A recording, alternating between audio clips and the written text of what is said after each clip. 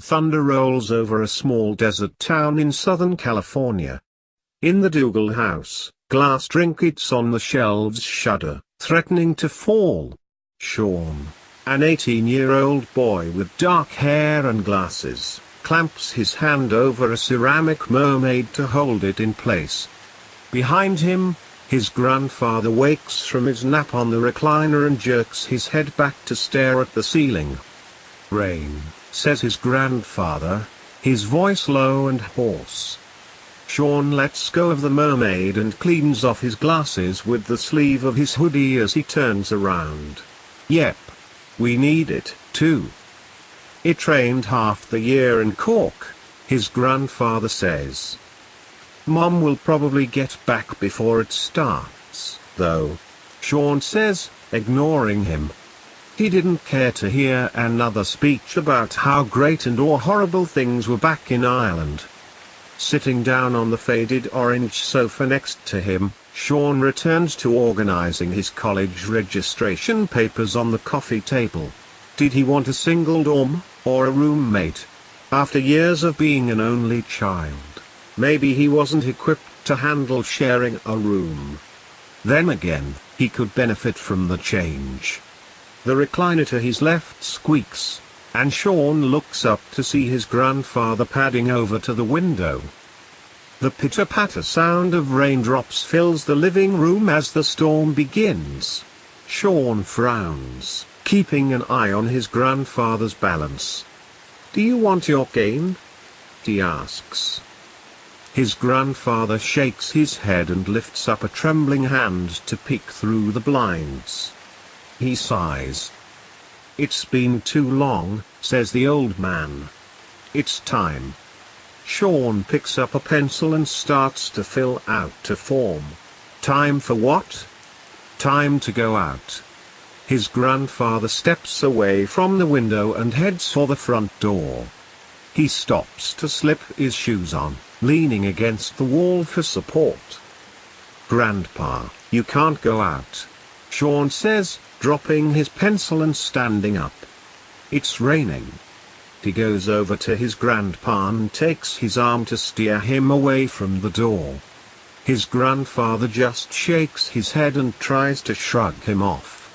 "Mom's coming home and then she'll make dinner. It's gonna be mashed potatoes, remember? They're your fa." "I don't give a damn about the bleeding potatoes, boy," he snapped. Sean dropped his arm and took a step back, holding his hands up in surrender. "Whoa, sorry." His grandfather peered at him through his milky eyes, his frown deepening the wrinkles on his face. "I can't be running and hiding at every April shower, can I? For one, it's May, and two, Sean stopped and grumbled when his grandfather turned away and opened the front door. "Grandpa, we can go for a walk when it stops, I promise." "No." His grandfather halted in the doorway and twisted back, pointing a skeletal finger to Sean's face. "You stay here and you wait for your mother. I mean it, Sean. I don't need you crying after me like a baby." "No one said I was crying, old man," Sean huffed, folding his arms across his chest. His grandfather's face softened, and he smiled. This old man just has something he's needing to do. "Fine," says Sean. "But when you get a cold and die, I'm telling Mom it was your fault." His grandfather laughs. "You're right about that, boy. It was my fault." With that, he closes the door behind him. Sean rocks back on his heels, torn between worry over his grandfather's health and his need to respect his wishes. He shakes his head to clear his thoughts and walks over to the window, pulling the blinds up to see outside.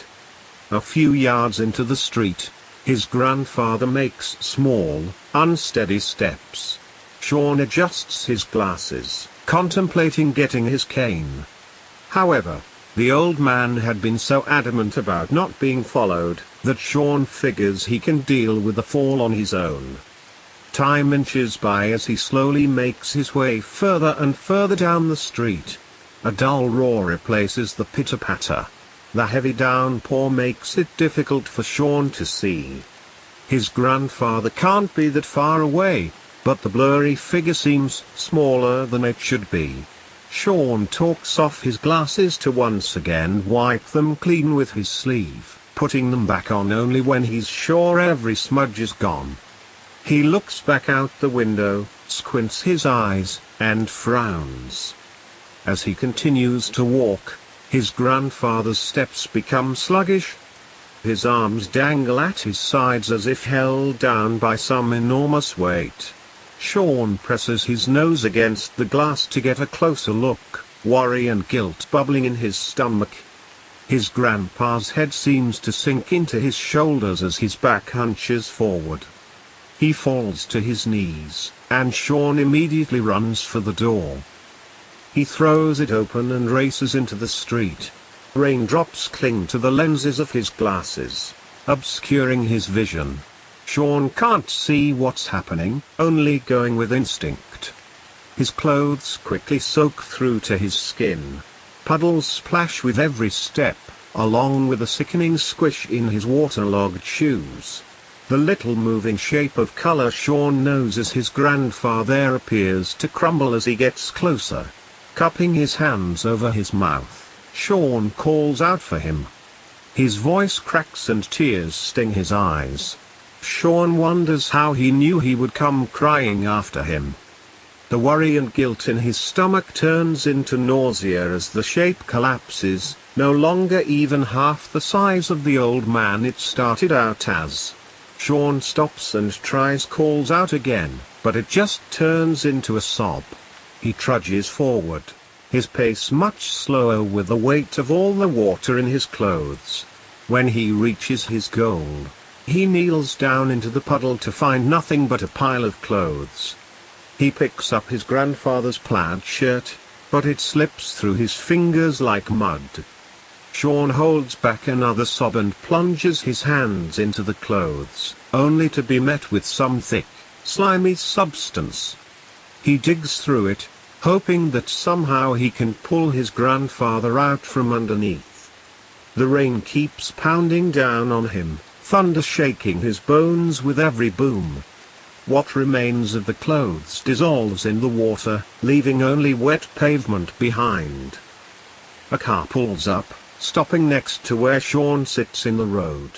The door opens and his mother steps out. She crouches down next to him and shakes him by the shoulders, but Sean doesn't respond.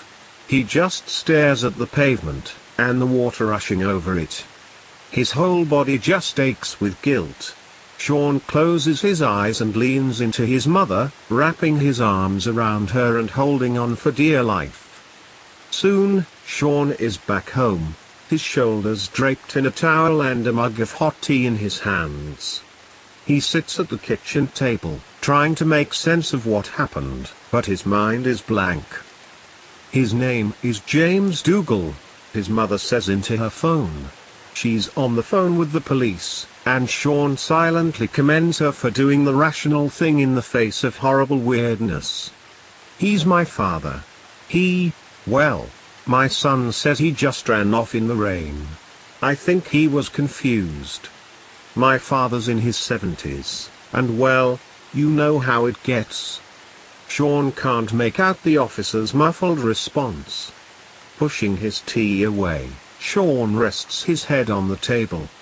When he closes his eyes, all he can see is the crumbling shape in the rain, so he focuses his attention on the dancing shamrock pattern on the mug. It's one of those cheesy St. Patrick's Day gifts that his mother loves and his grandfather hates. Hanging up, his mom leans against the table and purses her lips. I just don't get it. No kidding, Sean says, flatly. If he crosses his eyes, the green and gold colors on the mug blend together, and almost look pretty. Dad hated the rain, says his mom as she pulls out a chair and sits down. Hell, back when I was a kid, if the weather forecast was bad, we'd go on a road trip. He'd make a game out it. Like, the rain can't catch us. We'll outrun it. She sighs and rests her chin in her hand. I think it's why he moved here, you know. The low rainfall. That freak storm came out of nowhere, though. Sean looks up at her. Do you have any idea why he hated it? I think, she says as she tucks a lock of dark hair behind her ear, that it reminded him of Ireland. Rained half the year in Cork, says Sean, mimicking his grandfather's accent. He picks up his head and pulls the mug closer to him. Running his thumb across the goofy shamrock faces, he frowns. Why did he leave? Oh, the mystery of my father's great departure, says his mother with a small smile.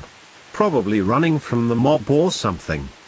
You know all those stories he would tell, about him and his brother trying to be con artists when they were your age? Sean nods and smiles. Yeah?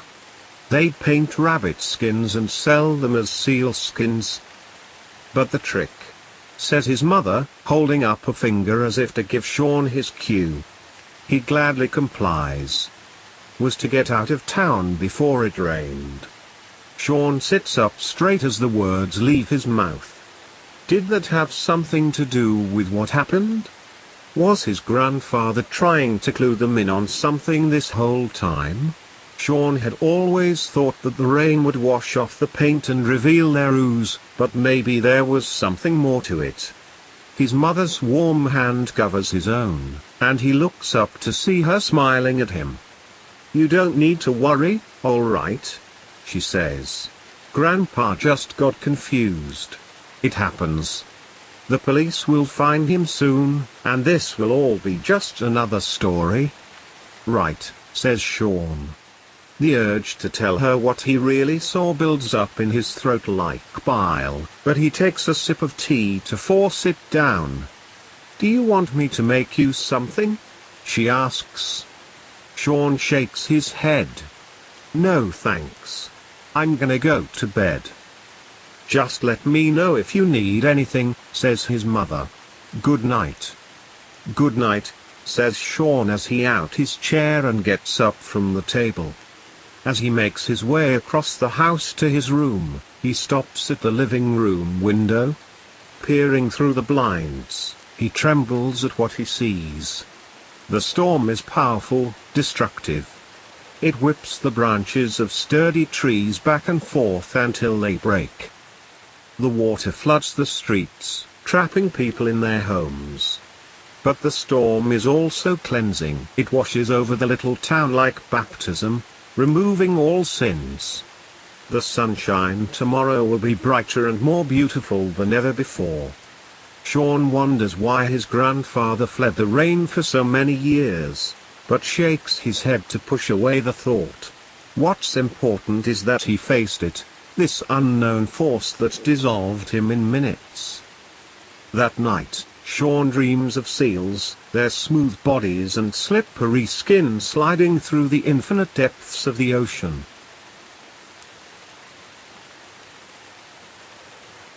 I sit in the back seat of my parents' car, staring restlessly through the window which separates me from the countless drops of water that run down the glass. The dark sky paints the urban area with its characteristic ash-grey tint. God. This rain came out of nowhere, didn't it? My mum mutters tiredly to herself as the rain intensifies even more.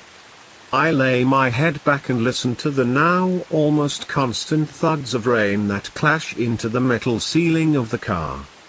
I've always loved rain. I spent most of my childhood at my grandparents' farm and loved to go out playing in the rain with my sister. I always loved to fall asleep listening to the calming sounds that rain emits. This rain was different, though. Maybe it was the fact that it was in the city, but this rain felt pushed and almost violent in a way. I turn my head towards the window again to watch an old lady desperately trying to make her way towards a nearby bus stop windshield. My mom lets out an irritated sigh as the traffic closes in and we are forced to a stop. This is going to take a while, I think to myself. I start to look more closely at the raindrops as they race down the glass. I even start trying to predict which one of the small drops will reach the bottom of the window first. That was when I noticed something small and black on the window. Was that there before? It seems almost to be a stain of some sort, but in that case how did I not notice it before? Another larger black dot hits the window and starts sliding down the glass, leaving an inky black trail after it. What is this? It seems almost tar-like in texture. What there? Are you seeing this? My mom stutters as a couple more black dots hit the front window of the car. I stare at the window as I slowly nod my head in approval. Several more inky drops start sliding down the glass. I start to look around the street. The people making their way through the city seem too busy trying to avoid the rain to acknowledge the presence of the black raindrops. My mom turns on the window wipers in a try to swipe them away, but that only leaves large trails of black smudge. The people that are taking shelter from the rain are now exchanging confused looks as they notice the heavy lumps of black sludge that splatter the wet asphalt around them. More and more people are now starting to get out of their cars, looking curiously up towards the now darkening sky. Hey, my mother speaks to me quietly. I'm just gonna go outside for a second. You just wait here until I come back. Alright. I nod my head slowly as my mother exits the car, opening her umbrella and disappearing into the forming crowd ahead. Just when I lose sight of my mother, I start to hear the screams. It's a loud, soul-rending wail of what sounds like a woman that seems to come from somewhere behind the car. I turn my head to look out of the back window, but a couple of large, inky black lumps of tar have started to claim most of the glass and the rest of the window is a blur due to the accompanying rain, spreading out the black even further. I look around frantically, trying to look for anyone or anything to give me any idea of what was going on. But the untransparent black rain limited my vision and I could only make out a few startled silhouettes of raincoats scurrying past the car. The one scream I heard grew into another scream, this time from a male. Little by little, the air was filled with the sound of countless people's agonizing wails. I shut my eyes tightly and cover my ears with my hands. The rain just keeps coming, growing more and more intense by the minute. When I believed the rain to finally have reached its climax, it just got a bit more intense and violent. The drumming of the rain hitting the metal ceiling of the car helps shutting out the seemingly never-ending screams. Amidst all the chaos, my thoughts start to wander. Why did this happen? What was really happening? Where was my mother? Was she one of the ones who was screaming? I clench my palms tighter around my ears. I just wanted the sounds to stop. In a last act of desperation I fill my lungs to the brink of bursting with air and let out a wail that overvoiced all the others. That's when I noticed that I was the only one screaming. Confused, I open my eyes and let my hands fall down. At this point the windows are completely covered by the tar-like substance, leaving the car with no external lighting. The only illumination I had was the faint light coming from the car's control panel. I found it strange that no light at all was protruding from the windows. Was it really that untransparent? I run my hand over the window. An unnatural sense of cold strikes my palm, making me quickly draw my hand back. I don't know what to do. Should I open the door? The thought was tempting, but as much as I wanted to unravel what was happening, a strong feeling of fear and dread prevented me from doing so. I then made a decision. I was going to open the door.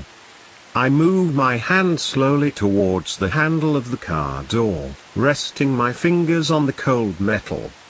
I start to count down to myself, preparing to face what was waiting beyond the black facade. 10. 9. 8. 7. I strengthen my grip around the handle.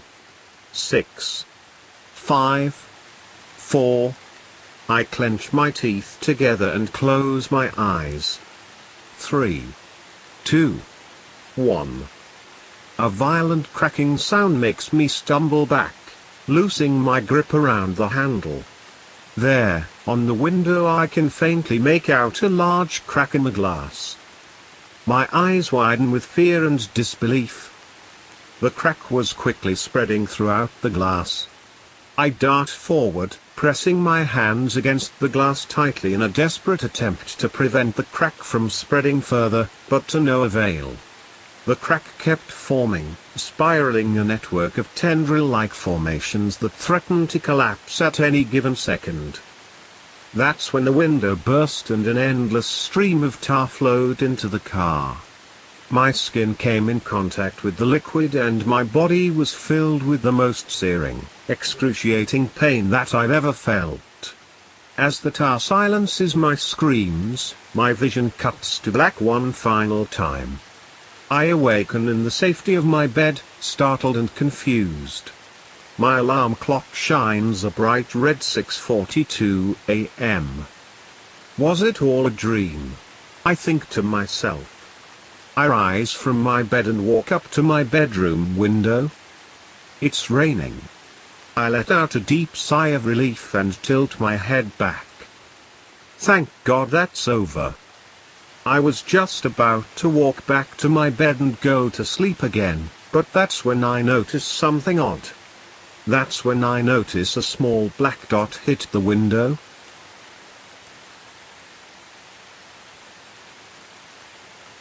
Some people say this town rains more than any city in any state. Almost every other week there's a day or two of rain. What's not to like about it? Cool weather, and a beautiful constant breeze. On top of that, I have been living quite comfortably for several months.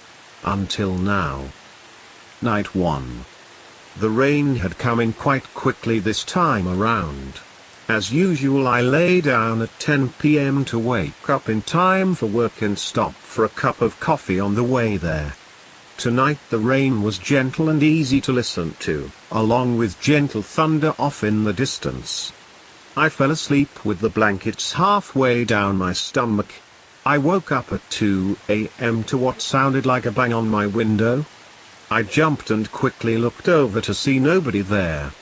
There seemed to be a smudge on the glass with drips drizzling down from the condensation. I went back to bed and fell back asleep. Night 2. Tonight I had a hell of a time after work and came home late after plenty of drinking at the bar with a couple co-workers of mine. They had to get home quickly, so I took it upon myself to get home and not have to deal with a tow truck. My driving was a little messy but nothing too dangerous, besides the rain of course. I had gotten home around 11:45 p.m. and threw my keys on the bed, and as I crashed down beside it, 2 a.m. I had woken up to a bang on the window again. I woke up quickly, completely startled and slightly hungover. I looked up at the glass and saw what looked like a palm with one finger pressed against it. I got up and peeked through the palm and saw what looked like a dark figure standing across the street, in a large puddle of water, holding completely still.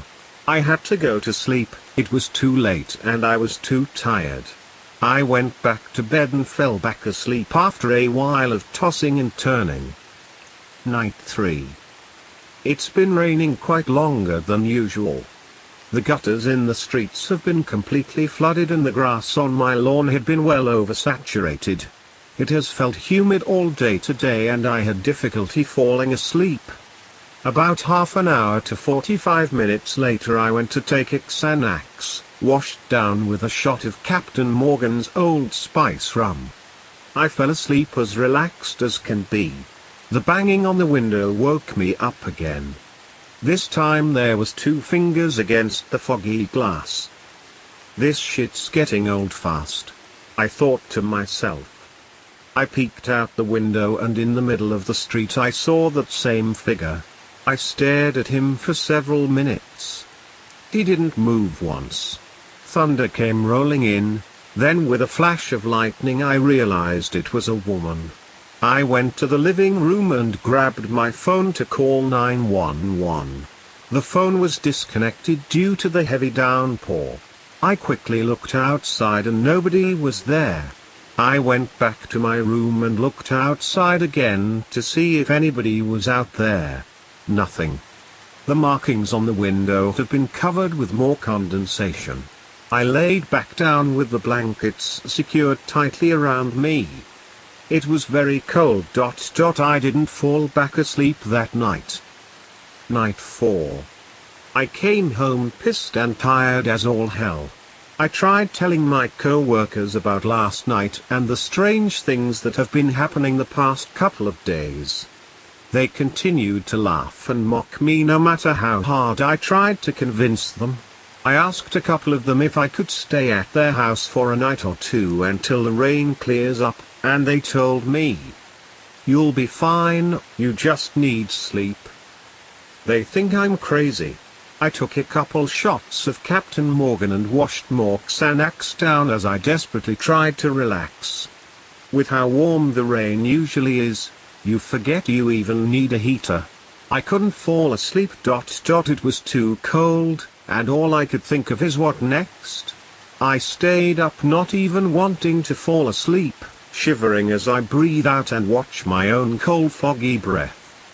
I couldn't sleep even if I wanted to. Later at about 1:45 a.m. I started nodding out, waking as I feel the vertigo of my head falling forward. I quickly wake back up, look around, and see nothing. I nodded out again, this time, startled to the loud bang against the window. There I saw a full palm print with all 5 fingers. My heart was pounding. I didn't want to get up. I knew I had to. After sitting there for a couple minutes staring at the glass, I then got up and peeked through the palm in the window and saw nothing there.